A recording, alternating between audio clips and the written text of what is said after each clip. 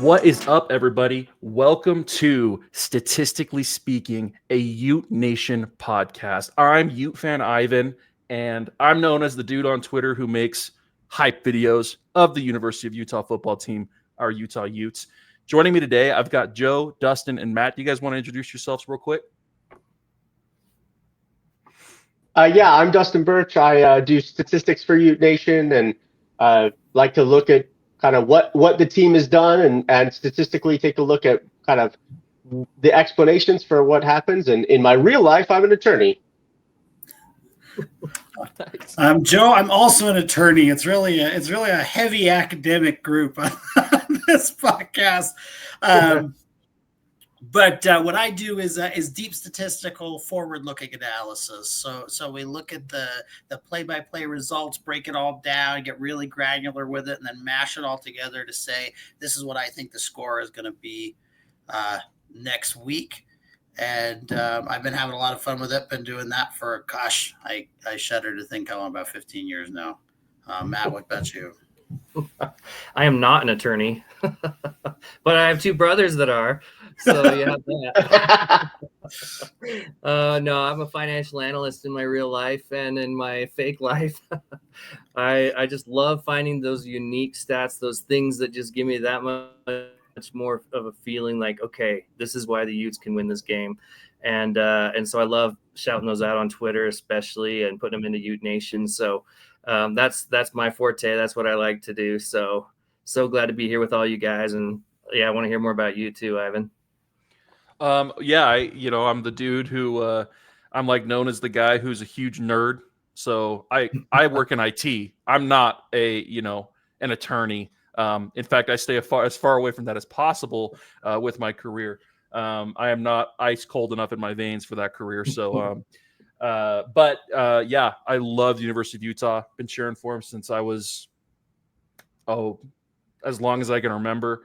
And I love video editing, and so I started making hype videos and on TikTok and Twitter, and that's how people really know me the most is those and talking about Utah football. So happy to be here with all of you guys. I'm meeting most of you for the first time. I'm honored, and I'm excited to see where this goes. So, all right, you guys. So for the first section of what we're talking about, we're going to start a discussion on retrospective. What are we expecting based off of what we saw last year from our Utah Utes? That's a hard question to ask. A lot of change since last year, especially on the offense. Dustin, what are your thoughts going into this year? Listen, I'll talk about the one thing that hasn't changed. The Utes offensive line is the exact same five pieces it was last time, and it is two of the best tackles in the country. Pro Football Focus thinks Fano is the best offensive tackle, not just best returning offensive tackle. They had him rated number one last year. So it's not like he had a bunch of seniors ahead of him that graduated and went to the NFL. He would have been the top rated offensive tackle last year. And they don't have Lomu rated quite as highly, but he's still upper 70s. And a lot of the draft guys are like, look, those are two first-round offensive tackles. And then you've got Kump, who's got almost 2,000 snaps. You've got Mokofisi, who has over 2,000 stats. And you have Togiai, who's got over 1,000 snaps. That is an offensive line that Kyle Whittingham is going to want to run the ball behind. And I think they'll be fantastic at it because I have long been a believer that you can have the world's most talented offensive line in the country. If they haven't played together, they won't do a good job. These guys have been playing together for a long time at a high level. Not only talking about the offensive line being as good as they're going to be and as good as everyone knows they're going to be, you also talk about Wayshawn Parker and Naquaria Rogers sitting in the backfield, ready to take advantage of the holes this line's going to open up. Like, that's a huge deal. And I feel like it's an under talked about point, right? Is how good our running backs are going to be. I think they're going to be quite good. And we're going to have depth at that position, which is something we struggled with a little bit last year. So. No, here's the thing. You got the continuity that you get with the Utes that most teams don't get when you have all this changeover on offense, right?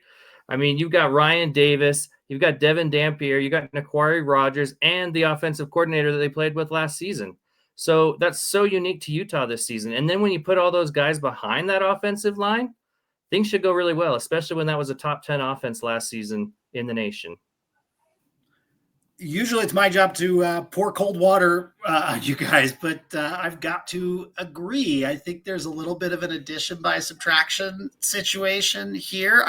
All the love in the world to the Ute players who have departed, but me, big believer in the bell curve, big believer in things reverting to the mean and to being more or less like what you can expect. And what that means is when you have underperforming pieces that you pull out and you don't have any information or a lot of information. You mentioned Wayshawn Parker, some really good numbers on the surface of it last year, 137 carries, 5 yards per carry average. That's what you want to see, but never more than 14 carries in a game, didn't play after October 26. You really have very limited information. But if you just drop in average performance there, and then you drop in average performance at quarterback and average performance in some of these other places with missing pieces, and we know the returning pieces are strong, it's reasonable, I think, to see the Utes returning to an average offensive performance for them, which is not a world-beating performance, but is certainly enough to be extremely competitive in the Big 12. I am never that optimistic, but cautiously optimistic. This is a good launching pad for this football team right now, with a lot of opportunity, especially behind that offensive line. So we talk about the offense that the University of Utah is going to have this season, how they're going to look, the changes that they've made. What about the defense? What are you guys' thoughts about the defense, how they're going to play? I know that Utah always has a pretty awesome defense. Even at last year with a struggling offense, they were a top 3 defense in the Big 12. What are you guys' takes on how they're going to do this season? They're going to be worse. There's no sugarcoating it. Utah's defense is going to be worse this year because Utah's defensive line is going to be significantly worse this year. There's no if the young guys really, really, really step up, then maybe Utah can get back to that level. Last year's defense was a top 25 defense. Statistically, top 25, top 30 defense. And that is with the offense putting them in the absolute worst possible position over and over and over again. Utah had a bottom 20 offense last year. Even rushing, which was the only thing Utah sort of did okay last year, was 99th. They are barely out of the bottom of the offenses. So the defense is going to be worse this year. But Utah's got some good pieces, but you can't lose Tanavasa and Tafuna and Fillinger. But, and we all had some criticisms maybe of Fillinger at times, but those are 3 experienced and talented defensive linemen. You can't lose all 3 of them and expect performance to be as good, particularly when the team just didn't have a ton of bodies. There are guys coming in. We're going to play some freshmen on defensive line, which Utah just doesn't do. So, yeah. I think to your point about the offense, the advanced statistical way of discussing that has to do with defensive efficiency, meaning for an average football team, how many points would they give up for an average field position against an average offense? And then you compare that against their actual performance. And if you use, for example, ESPN's efficiency metric, Utah ranked 8th in defensive efficiency. So they did almost more with what they were given than anybody else in the country. Exceptional defensive performance under extraordinarily difficult circumstances. And again, we look back at that bell curve and we think, okay, if Utah is losing pieces on the sort of south end of the curve, then we're going to expect a higher performance. The other side of the coin is if Utah is losing pieces on the high end, we're going to expect regression to the mean. And as much of a miracle worker as Kyle Whittingham often is with these defensive players, it takes time to work that magic. And I fully expect to see growing pains and those sort of traditions of player growth and breakout players that we see towards the end of the year, especially. I find one of the biggest consistent patterns in Kyle Whittingham's defense is breakout pass rushers who take somewhere between 7 and 10 games for the light bulb to turn on, and then it's gangbusters for the rest of their careers. So that's what I'm waiting to see, sort of waiting to see who breaks out of the stable of defensive players that are available. But definitely expecting regression and just a more typical team this year, which for me as a longtime watcher of the Utes, I could really do with a team that can score points and isn't so good at stopping other teams from scoring, because it gets a little bit exhausting to pray for the field goal to hit so that the team can win by 6 points or 9 points. So we want a little more action with our football watching. So looking forward to a more balanced season. And the Utes only needed the most average of offenses last year, because Arizona State's a one-score game, TCU's a one-score game, Houston's a one-score game, BYU's a one-score game, and Iowa State's a one-score game. It's 5 losses by a score or less. Arizona State's 8 points. So, but I was at the Arizona State game. A quarterback that can throw anywhere near a receiver's hands rather than into their feet wins that game.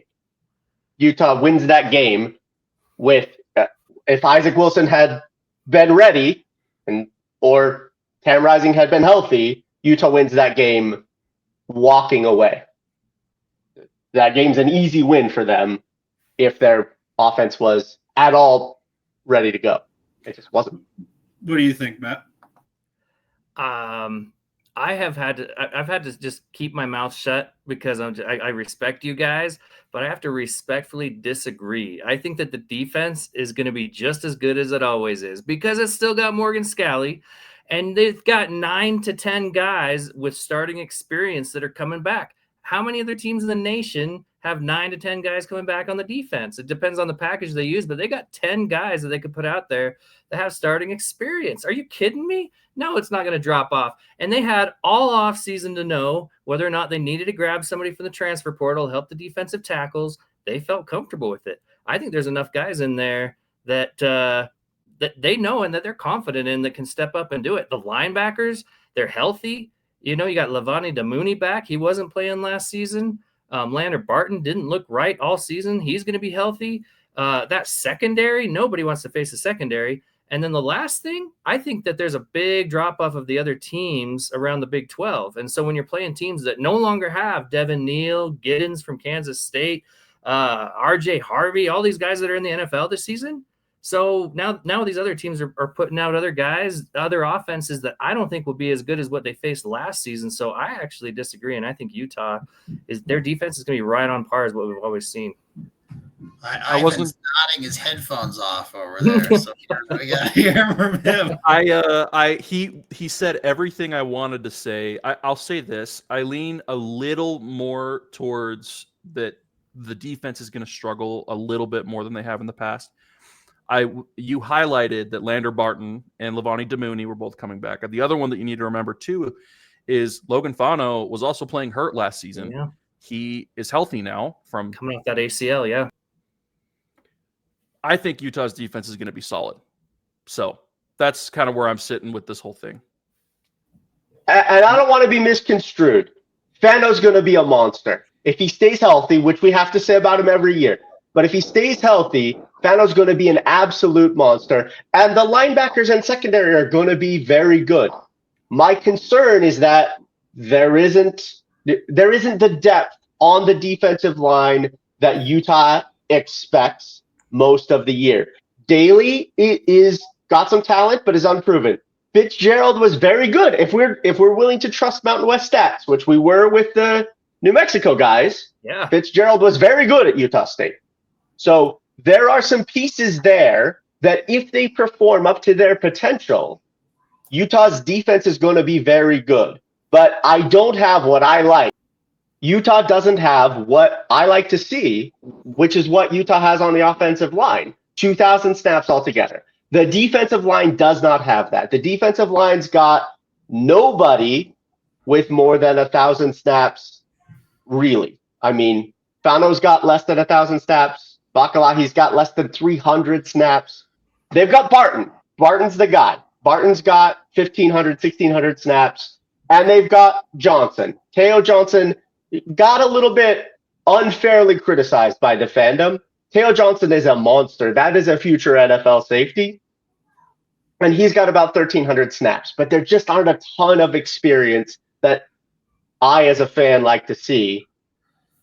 The potential's there. They put the pieces together. This is another top 30 defense. But I'm not confident they'll do that. All right. Money time then, since we're kind of here at the end of this thing. Over under from Vegas for wins is 8.5 for the University of Utah Utes. You take that over, you take that under. Over.